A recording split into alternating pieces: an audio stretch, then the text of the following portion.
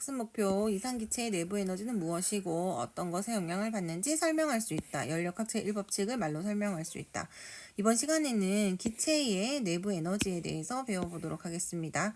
기체가 가지고 있는 내부 에너지란 무엇이냐? 기체 분자들이 가지고 있는 운동 에너지와 포텐셜 에너지를 모두 더한 총합을 내부 에너지라고 합니다. 그 중에서도 이상기체의 운동 에너지를 한번 생각을 해보면 어떤 공간에 기체가 들어가 있습니다. 4개가 들어가 있으면 이 기체 분자들이 운동하고 있는 방향이나 이 기체 분자들이 가지고 있는 속도가 달라서 운동 에너지 값은 다 다르겠죠. 그래서 기체 분자 하나하나는 다양한 운동 에너지 값을 가지게 됩니다.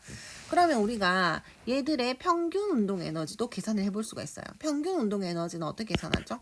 그렇죠. 얘들이 각각이 가지고 있는 운동 에너지를 다 더해서 개수로 나눠주면 되죠. 이것이 바로 이 기체 입자의 평균 운동 에너지가 됩니다.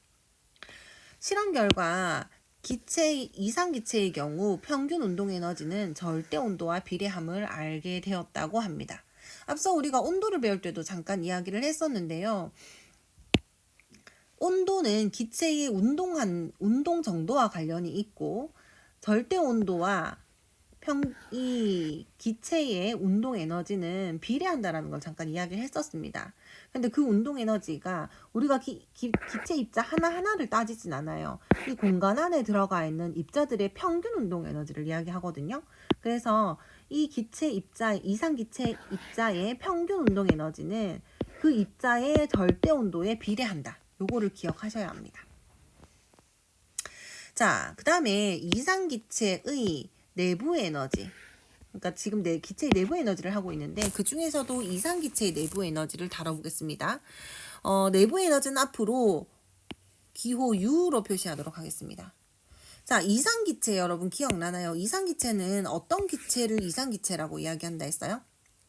기체의 입자가 매우 작은데 얘들 입자 사이의 거리가 매우 먼 거. 즉 기체 입자에 부피가 없다라고 가정 무시할 수 있고 그 다음에 이들 사이의 거리가 부피는 거의 없는데 이들 사이의 거리가 매우 멀기 때문에 서로 간에 상호작용을 하잖아요. 즉 서로 당기는 힘이 없다. 인력이 없는 상태. 그런 것을 우리가 이상기체라고 한다 했잖아요. 이렇게 서로 간에 상호작용이 없기 때문에 이상기체는 포텐셜 에너지가 0이 됩니다. 그래서 아까 앞에서 기체의 내부 에너지는 운동 에너지와 포텐셜 에너지를 더한 게 내부 에너지라고 했잖아요. 그러면 이상기체의 경우에는 이 포텐셜 에너지가 0이 됩니다. 그래서 이상기체의 내부 에너지는 무엇에 따라 결정되느냐 하면 그 기체의 평균 운동 에너지와 같다라고 생각하면 돼요. 평균 운동 에너지가 아니라 기체 내부 에너지는 운동 에너지의 총합과 같다라고 생각하면 되겠습니다. 우리가 기체 입자들의 운동 에너지가 다 각각 제각각이죠. 다 다르니까 이것들을 다 더해가지고 계산하기보다는 우리가 앞에서 평균 운동 에너지를 계산을 했잖아요. 얘들이 다 다른 값이지만 평균적으로 요 값으로 모두 균등하게 가진다라고 했는 게 평균의 의미죠.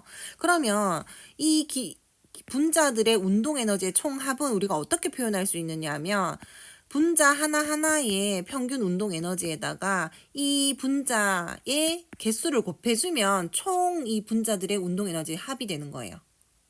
그래서 이상기체의 내부 에너지 같은 경우에는 기체 분자 수에다가 기체 분자 한 개의 운동 에너지를 곱한 것과 같다. 이해되나요? 그런데 우리가 이 분자의 평균 운동 에너지는 또 무엇에 비례한다라고 했었죠? 절대온도 T에 비례한다라고 했었잖아요. 그럼 결국 이 내부 에너지는 무엇에 비례하느냐 하면 절대온도에 비례해요. 그리고 기체 분자 수에도 비례하겠죠. 즉 이상 기체의 내부 에너지는 분자 수와 절대온도에 비례한다. 그래서 이상 기체의 분자의 내부 에너지는 분자 수가 많고 절대 온도가 높을수록 내부 에너지가 크다라는 것을 알 수가 있겠죠. 자, 그럼 아래 가와 나 상황에서의 이상 기체 이게 이상기체거든요. 이상기체의 내부 에너지와 평균 운동 에너지를 한번 계산을 해봅시다.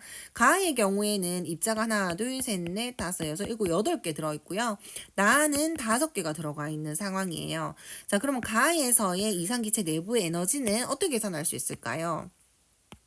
그렇죠. 이 기체들의 에너지의 총합이죠. 그러니까 2E가 지금 몇 개가 있느냐 하면 3개.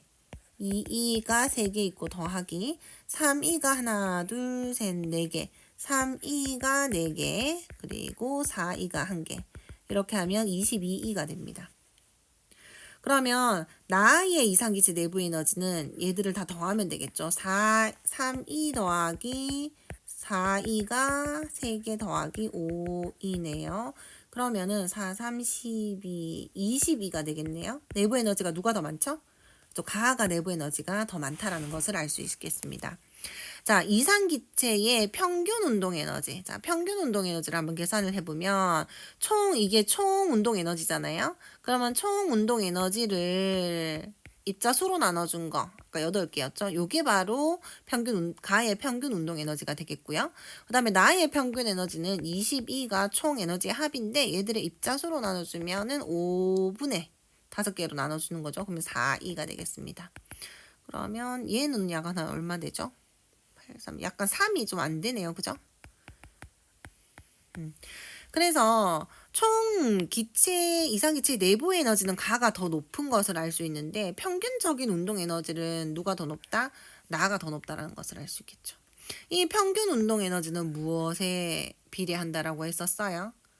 그렇죠. 온도에 비례한 거죠. 그래서 가보다 나의 온도가 더 높다 이렇게 이야기를 할 수 있겠네요. 자, 연력학 제1법칙을 들어가 보겠습니다. 연력학 제1법칙은 우리가 다른 말로 에너지 보존 법칙이라고 하는데요.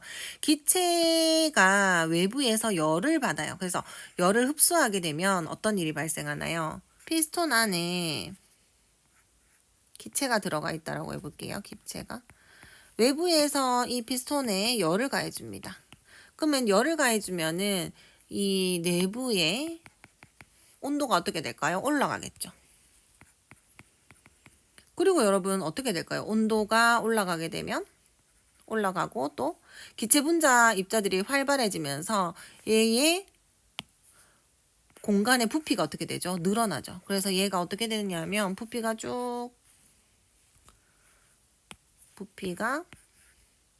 이렇게 늘어난다. 부피가 늘어나면서 외부에 일을 해주게 됩니다. 이렇게 늘어나면서 외부에 일을 해줘요. 즉, 열을 흡수하면 그 열은 다른 형태의 에너지로 전환이 되는데요. 흡수한 열의 일부는 이 기체의 온도를 높이는 데 사용되고 또 일부는 외부에 일을 하는 데 사용이 된다는 거예요. 에너지가 사라지는 것이 아니라 내부의 온도를 높이거나 일하는 데 사용된다. 즉, 기체가 흡수한 열은 온도를 높이는 데 사용된다. 여러분 온도는 아까 무엇과 관련이 있었어요? 온도는 내부 에너지와 관련이 있었죠. 즉 기체가 흡수한 열은 기체의 내부 에너지를 높이는 데 사용되거나 또는 외부에 일을 하는 데 사용된다. 즉 Q는 델타 U 더하기 W다. 이렇게 이야기를 합니다. 이 법칙이 바로 연력학 제1법칙이고 다른 말로 에너지 보존 법칙이라고 이렇게 얘기합니다. 자, 그러면 기체에 열을 가하면 어떤 일이 벌어질까? 부피가 팽창하거나 온도가 상승하죠. 그래서 부피가 팽창한다는 것은 기체가 외부에 일을 한다라는 뜻이고요. 온도가 상승하면 기체의 내부 에너지가 증가한다라는 뜻입니다.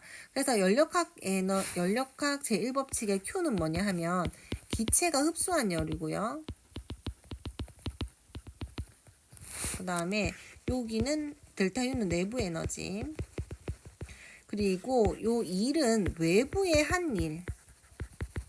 이렇게 생각하면 되겠습니다. 자, 부호의 의미를 조금 파악을 해보면은, 자, 만약에 이 Q의 부호가 플러스다. 그럼 열을 흡수했다라고 생각하면 돼요. 기체가 흡수한 거. 마이너스의 부호가 있다. 그러면 열을 방출했다라고 생각하면 되고요. 그 다음에 내부 에너지가 양수다. 그러면 내부 에너지가 증가했다라는 거고요. 그 다음에 델타 U, 내부 에너지의 부호가 음수다. 그러면 내부 에너지가 감소했다라고 생각하면 됩니다. 그 다음에 W는 아까 뭐라고 정했냐면 외부의 한 일이라고 했거든요. 그래서 일의 부호가 플러스면 외부의 일을 했다라고 판단하면 되고요. 부호가 마이너스면은 외부로부터 일을 받았다라고 판단하면 되겠습니다. 자, 문제 한번 보겠습니다. 어떤 기체에 1000줄의 열을 가했더니 내부 에너지가 600줄만큼 증가했다. 기체가 한 일의 양은 얼마일까? 자, 연력학 1법칙에 따르면 기체가 흡수한 열은 내부 에너지의 증가와 외부의 한 일의 합과 같다라고 했었죠. 그럼 기체의 1000줄의 열을 가했더니 내부 에너지가 600줄만큼 증가했잖아요. 그러면은 외부의 한 일 W는 얼마일까요? 400줄이 되겠죠. 여기까지입니다.